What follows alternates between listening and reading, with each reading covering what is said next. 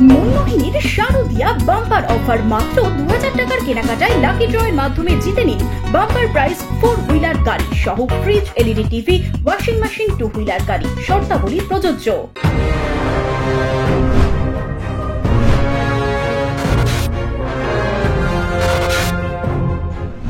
তৃণমূলের রাজ্যসভার সাংসদ জহর সরকারের সাংসদ পদ ছাড়ার সিদ্ধান্তর প্রশংসায় সরব অধীর চৌধুরী।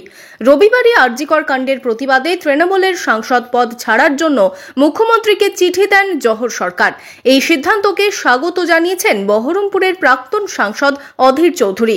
অধীরের দাবি, দেশ জুড়ে মানুষ আন্দোলনে সামিল হচ্ছে, সহমর্মিতা দেখাচ্ছেন, তাও সহানুভূতি নেই রাজ্য সরকারের। পশ্চিমবঙ্গের তৃণমূল দলের 3 জন সাংসদ, শুভেন্দুবাবু, শান্তনুবাবু, জহর সরকার, তাদের প্রতিবাদ করতে দেখেছি। তার মধ্যে এই 3 জনই হচ্ছেন রাজ্যসভার সদস্য। তার মধ্যে একজন এই মুহূর্তে রাজ্যসভার সদস্য পদে নেই। বাকি 2 জন অর্থাৎ সুখেন্দুবাবু বা জহরবাবু, তাদের আর কতদিনের টার্ম আছে, কত বছরের টার্ম আছে আমার জানা নেই, কিন্তু আমার তাদের এই উদ্যোগ, তাদের এই প্রতিবাদ দেখে তাদেরকে প্রশংসা করতে ইচ্ছা প্রকাশ করছি। দে আর ডিজার্ভ টু বি প্রেজড। কারণ একটা পার্টিতে থেকে সেই পার্টির সরকারের সিদ্ধান্তের বিরোধিতা করে মানবিকতার পরিচয় দেওয়া, বাংলার মা বোনেদের সমর্থন করা, বাংলার আন্দোলনের প্রতি তাদের সহমর্মিতা প্রকাশ করা নিশ্চয়ই প্রশংসার দাবি রাখে।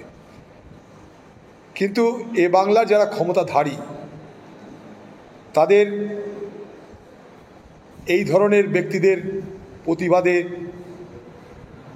কোনোরকম প্রতিফলন হবে কিনা আমার সন্দেহ আছে। গন্ডারের যেমন চামড়া মোটা হয়, কিছু ভেদ করে না। পশ্চিমবঙ্গ সরকারের নির্লজ্জতার যে চামড়া, যে আবরণ, সেই নির্লজ্জতার আবরণ এতই মোটা যে কোনো যুক্তি তর্ক, কোনো প্রতিবাদ, কোনো অনুকম্পা, অনুভূতি তাদেরকে স্পর্শ করে না। আজ পর্যন্ত বাংলার মুখ্যমন্ত্রীর একবারও মনে হলো না যে আন্দোলনকারী